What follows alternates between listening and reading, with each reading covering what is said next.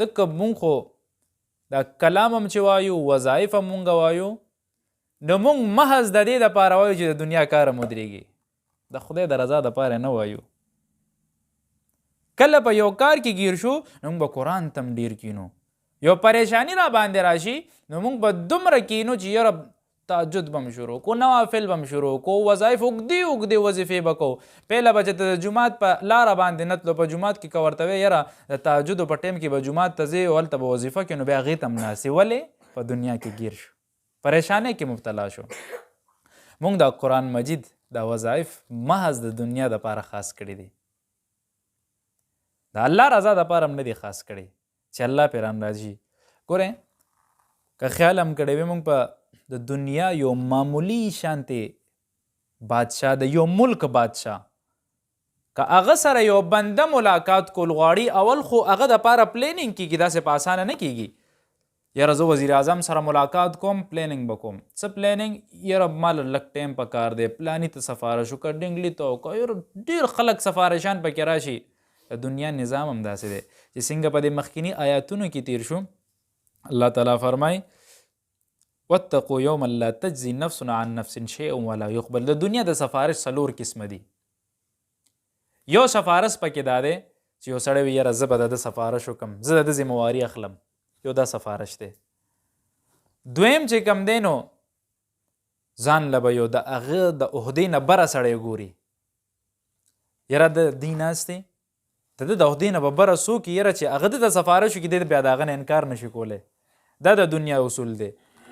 دریم اصول دا دی یاره څه تحفه به وله ورکړه، ما به هم پرې خوشحاله شي، دا کار به مې وکړي.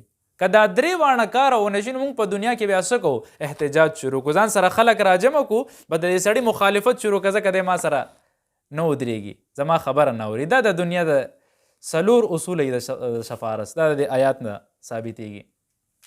نو موږ د هغه سفارش دپاره مخکې کسان ګورو چې یاره زه وزیر اعظم سره ملاقات وکم، داسې لوی عهدهدار سره ملاقات وکم، خو چې بیا په عمرونو کلونو پس د هغه ملاقات وشي اوهو پلانې وي یاره دا خو د وزیر اعظم ډېر خاص کس دی، دا خو د بادشاه ډېر خاص کس دی، هغه سره ناست و. بل خو دا هغه هم ویلي چې زما خاص سړی دی او ما ده سره یو څو خبرې مو کې.